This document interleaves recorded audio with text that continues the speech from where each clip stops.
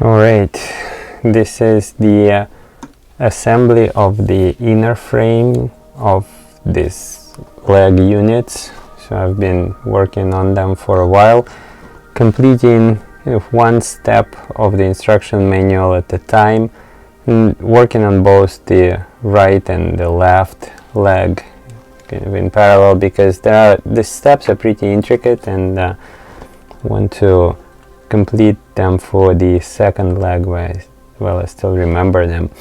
So I'm getting very close. I think if I'm lucky, if it doesn't take too much time, I can probably complete the steps 12 and 13 today and have the legs done, and then there would be these condenser units next time. So let's get to it. So this is the right leg, so I'm going to work on this, and I think the next step is actually fitting some armor around the inner frame. So it's mostly these white pieces, the 3F.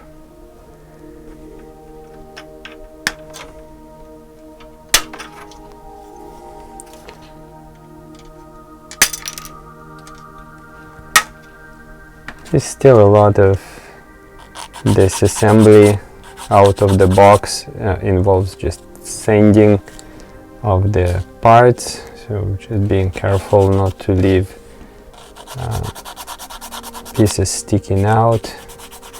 And again, on these white parts, the stress marks are even less of a concern than on dark ones. And I mentioned before the dark ones, and I'm not worried about, because I'm going to paint them eventually anyway. But it's the fit of the parts which is actually tremendous. I can just keep being amazed at how well everything fits here. And it's like, so far with all Bandai models that I've seen, the ones that especially that are well built by really very skilled modelers, they are amazing. I mean, even close up with very high resolution photography, they look amazing. So that is, yeah, these are these parts, so very easy fit for these ones, no issues. Actually interesting. Yep, they fit here. So this part keeps falling off, but I don't think I can do much about it. It's kind of it's what the nature of it. Well, I have it here actually. This is pretty neat. That was one of the previous steps. So there is a sticker here which is flat, and then this clear plastic part fits on top. Well, it clicks, so I'm assuming it would fit, but you see it's kind of falling off a little bit. I'm not sure what to do about this exactly, but generally I'll assuming that it will stay in place. The sticker reflects from the inner surface of the clear plastic, and this text, the 00 Gundam, appears as if it's floating above the surface of the dark plastic. Pretty neat. I mean, it's a good kind of subtle effect, but pretty nice.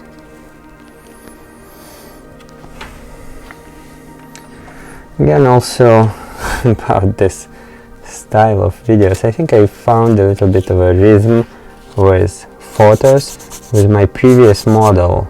After I put it together out of the box, I realized that before disassembling everything for painting, I wanted to have record of how things looked like originally, because it's easy to lose track of the parts once they're primed. So I took a bunch of photos at that stage, but I think it kind of keeping track of the assembly process itself, I think adds a little bit to the building experience. So with this one I decided to take pictures after I complete each step, and I post them on Instagram, but mostly for my own record, and it's been good. It's kind of adds a little bit of additional focus.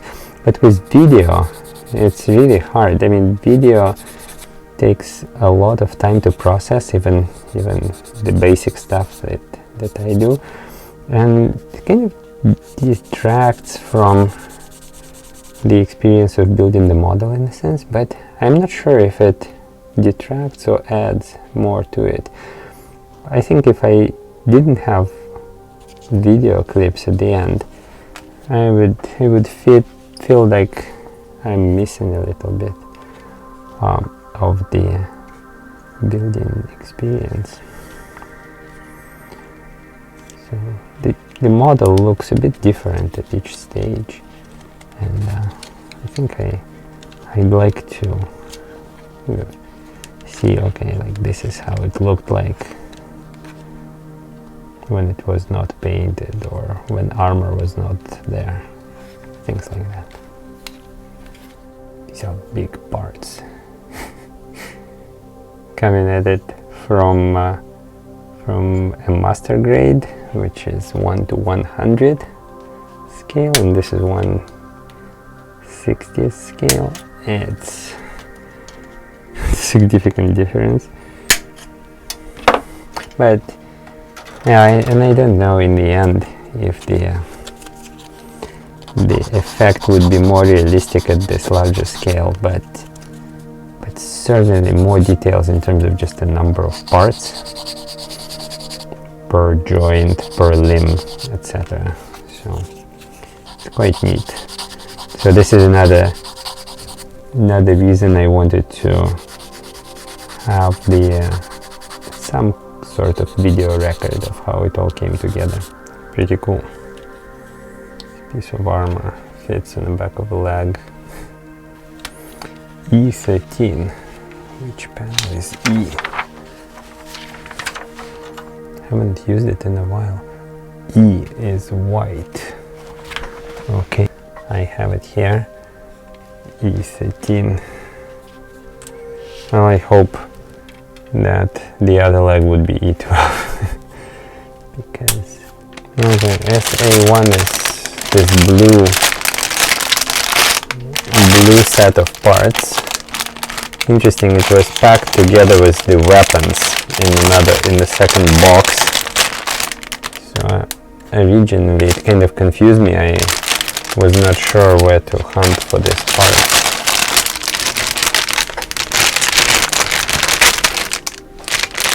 So this is the pretty big piece, SA1.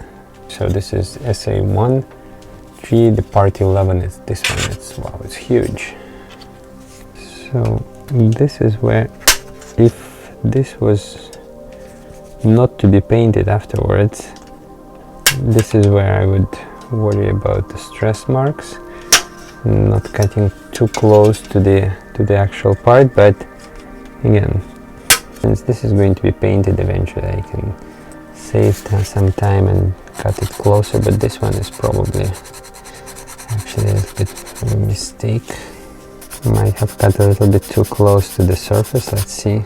So I'm going through this series of grids of the sanding strips. This 240 is pretty rough. It scratches the surface around the part, but then 400, it still takes off quite a bit of plastic in each pass, but it starts to make things smoother. Yeah, there's already okay.